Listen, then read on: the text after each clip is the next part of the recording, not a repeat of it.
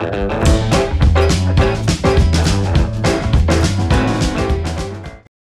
problem with having a literal mindset.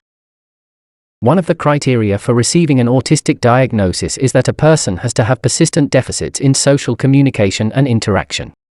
While a neurotypical person, which is to say someone who is not autistic, has a brain filing system that stores information through similarities to pre-existing types of information, people on the autistic spectrum appear to store information without necessarily making associative connections.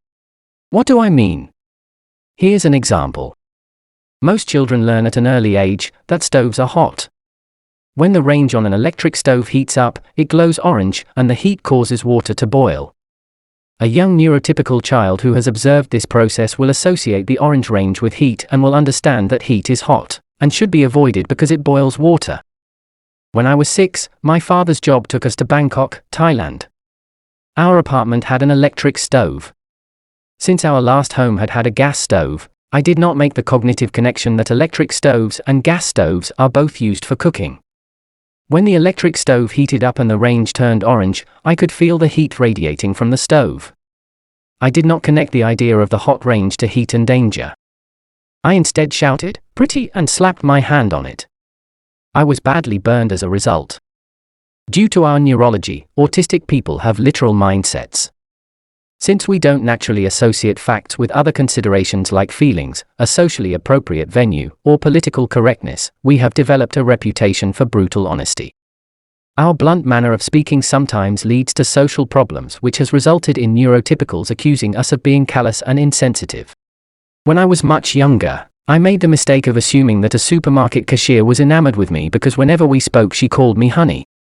Since I wasn't interested in starting a relationship with her, I began checking the registers whenever I arrived to see if I would be able to pay for my groceries with another cashier.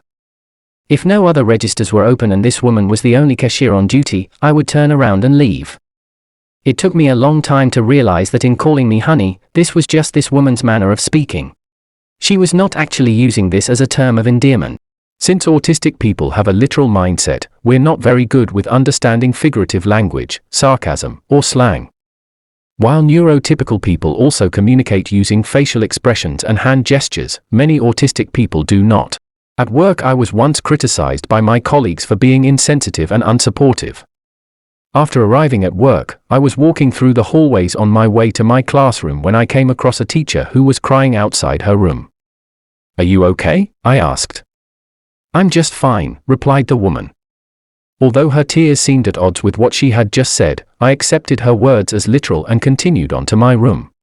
I later found out that this woman had just learned that her adult son had died in Costa Rica after he was hit by a car while trying to cross a street. My colleagues accused me of being callous in not being more emotionally supportive of this woman.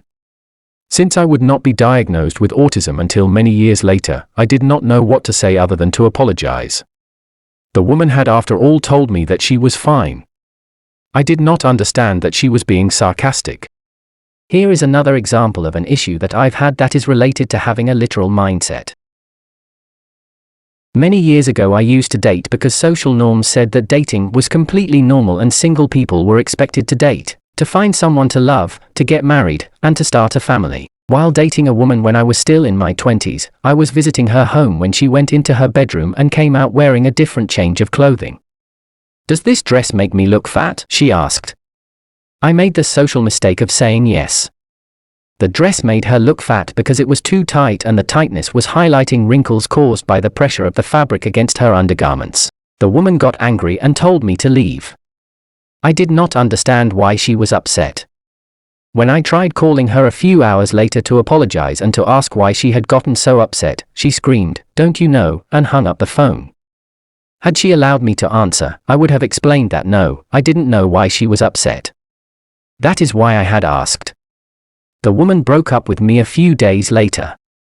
Several years would pass until someone finally explained my social faux pas.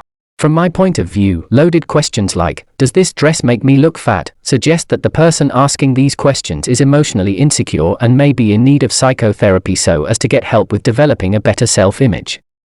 Not buying a dress that makes you look like a sausage that's about to burst out of its skin would also help. Having learned from this experience, I now understand that the candid truth is not always the best answer. A couple of years ago, a colleague brought me a large container of chili. Since she was anxious for me to taste it, I got a spoon, removed the lid, and tasted the chili. The chili was awful. It was bland and completely unseasoned. Since I knew that telling my colleague that the chili was flavorless would have likely hurt her feelings, I ate another spoonful to buy myself time to think. Since I do not like to lie, since lying conflicts with my need to tell the literal truth, I compromised with myself by telling an incomplete truth. I looked at the woman and told her, "I've never tasted anything like this." The woman beamed with happiness because she assumed that I liked her chili. She practically danced out of my classroom. That night I fried some onions, added the chili, and added a lot of garlic, ground cumin, and beef bouillon. Since tomatoes are supposed to be sweet, I also added some sugar. Before eating the chili, I seasoned it with some salt. The resulting product was delicious, and I was truthfully able to tell my colleague that I had eaten her chili for dinner.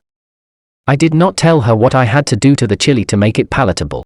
While learning to interact with others will always be a challenge to those of us who have literal mindsets, time, practice, experience, and the willingness to try will always help in our development and growth as human beings. To paraphrase Dr. Temple Grandin, who is arguably the oldest and best-known autistic advocate in the United States, we are different but not less. If you found this video interesting and would like to help this channel grow, please click on the like and subscribe buttons.